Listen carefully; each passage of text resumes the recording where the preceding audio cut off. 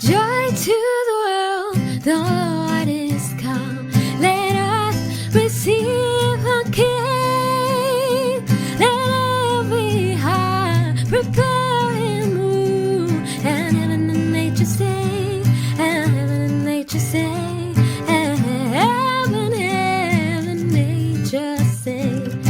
Joy to the world, the Savior reigns. Let men their songs employ, from fields and flood, from fields and plain. Repeat the sound and joy, repeat the sound and joy, repeat the sound and joy. Praise the Lord. கர்த்தரும் இரட்சகருமாகிய இயேசு கிறிஸ்துவின் நாமத்தில் உங்கள் யாவருக்கும் என் அன்பின் வாழ்த்துக்கள். ஒரு அருமையான பாடலை கேட்டோம், மிக பழமையான பாடல். அது பாடலை கேட்கும் போதே கிறிஸ்மஸ் ஃபெஸ்டிவலை நம்ம எல்லாரும் என்ஜாய் பண்ணக்கூடிய நினைவுகள் வரும்.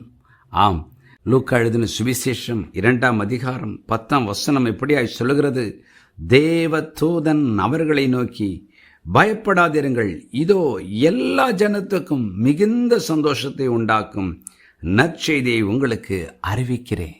Luke 2:10. Then the angel said to them, Do not be afraid, for behold, I bring you good tidings of great joy, which will be to all people. பாருங்கள், தேவ தூதன் சொன்ன வார்த்தை எல்லா ஜனத்துக்கும் மிகுந்த சந்தோஷத்தை உண்டாக்கும் நற்செய்தி தான் இயேசுவின் பிறப்பு. சில செய்திகள் ஒருவருக்கு சந்தோஷத்தை கொடுக்கும், மற்றவருக்கு துக்கத்தை கொடுக்கலாம். சில செய்திகள் ஒருவரை உற்சாகப்படுத்தலாம், மற்றவர்களை பின்வாங்க செய்யலாம். ஆனால் இந்த நற்செய்தியோ உலகத்தில் வாழும் எல்லா ஜனங்களுக்கும் நற்செய்தி, அது சந்தோஷத்தை கொடுக்கும் செய்தி. என்ன? இயேசு கிறிஸ்துவின் பிறப்பு. ஆம், நாம் கூட சில நேரங்களில் நினைத்தது உண்டு, சில கேம்ஸ் விளையாடும் பொழுது அதில் வெற்றி வரும்போது வெற்றி அடைந்தவர்கள் சந்தோஷப்படுவார்கள், தோல்வி அடைந்தவர்கள் துக்கமுகத்தோடு இருப்பார்கள். எந்த ஒரு நிகழ்வும் ஒருவேளை ஒருவருக்கு சந்தோஷம் மற்றவர்களுக்கு துக்கமாக இருக்கலாம், அல்லது சந்தோஷம் தராததாக இருக்கலாம். ஆனால் இயேசுவின் பிறப்பு முழு உலகத்திற்கும் சந்தோஷத்தை கொடுத்தது. ஏன் தெரியுமா? இயேசுவின் பிறப்பினால் முழு உலகத்தின் பாவங்களும் மன்னிக்கப்படும் பாக்கியம் கிடைக்கிறது. இயேசுவின் பிறப்பினால் முழு உலகமும் நித்திய ஜீவனை பெற்றுக்கொள்ளும் வாய்ப்பு கிடைக்கிறது. இயேசுவின் பிறப்பினால் வியாதிகளிலிருந்து விடுதலை, சாபத்திலிருந்து விடுதலை, நித்திய நரகத்திலிருந்து விடுதலை தருகிற ஒரு அற்புதமான பாக்கியம் ஒவ்வொருவருக்கும் கிடைக்கிறது. யார் யார் அந்த பாக்கியத்தை பிரயோஜனப்படுத்திக் கொள்கிறார்களோ அவர்கள் வாழ்க்கையில் வெறும் சந்தோஷம் மாத்திரமல்ல, அது நித்திய சந்தோஷமாய் மாறுகிறது. ஆகவே தான் யார் யார் இயேசுவின் பிறப்பு எனக்காக, என் பாவங்களை மன்னிக்க அவர் பிறந்தார், என் வியாதிகளை குணமாக்க அவர் பிறந்தார், எனக்கு நித்திய ஜீவனை கொடுக்க அவர் பிறந்தார் என்று அவர் பிறப்பு எனக்காக என்று விசுவாசிக்கிறார்களோ அந்த ஜனத்துக்கு அந்த சந்தோஷம் நிரந்தரமாய் கிடைக்கும்.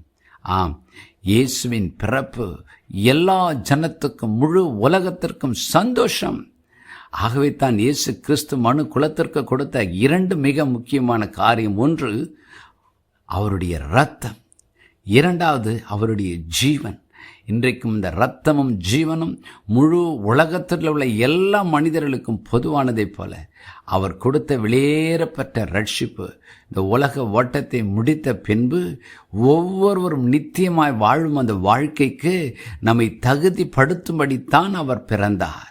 அந்த தகுதியை கொடுக்கத்தான் சிலுவைக்கு போனார், அதற்குத்தான் இரத்தத்தை சிந்தினார், அதற்குத்தான் ஜீவனை கொடுத்தார், அதற்குத்தான் 3ஆம் நாள் உயிரோடு எழுந்து தூய ஆவியானவராய் நமக்குள் இருக்கிறார். ஆகவே இயேசுவே உம்முடைய பிறப்பினால் நான் இந்த உலகத்திலும் சந்தோஷத்தை பெற்றுக்கொள்கிறேன், வரும் நித்திய வாழ்க்கையிலும் எனக்கு சந்தோஷம் காத்திருக்கிறது என்று சொல்லி ஜெபம் பண்ணுவோமா? பரலோக பிதாவே, என்னோடு இணைந்து ஜெபிக்கிற தெய்வ பிள்ளைகள் ஒவ்வொருவரும் இயேசுவின் பிறப்பு முழு உலகத்திற்கும் சந்தோஷம் என்கிற இந்த சத்தியத்தை மற்றவர்களுக்கு வெளிப்படுத்த எங்களை கற்றுக் கொடுங்கப்பா. எங்கள் வாழ்க்கையிலும் கூட சுவாமி அந்த சந்தோஷத்தை ஒவ்வொரு நாளும் அனுபவிக்க உதவி செய்யுங்க. எதுவும் வார்த்தைகளாய் பாடல்களாய் மட்டும் இல்லாமல் எங்கள் வாழ்க்கையின் அனுபவமாக நீர் எங்களுக்காய் சிந்தின ரத்தம், நீர் எங்களுக்காய் ஏற்றுக்கொண்ட தழும்புகள், நீர் எங்களுக்காய் கொடுத்த ஜீவன், அதை நாங்கள் விசுவாசித்து ஆண்டவரே நாங்கள் சுகத்தையும் சமாதானத்தை பெற்றுக்கொள்ள, நித்திய ஜீவனை பெற்றுக்கொள்ள, எங்கள் வாழ்க்கையில் அந்த நித்திய சந்தோஷம் வர எங்களை ஒப்புக் கொடுக்கிறோம். இயேசுவின் நாமத்தில் பிதாவே, ஆமென்.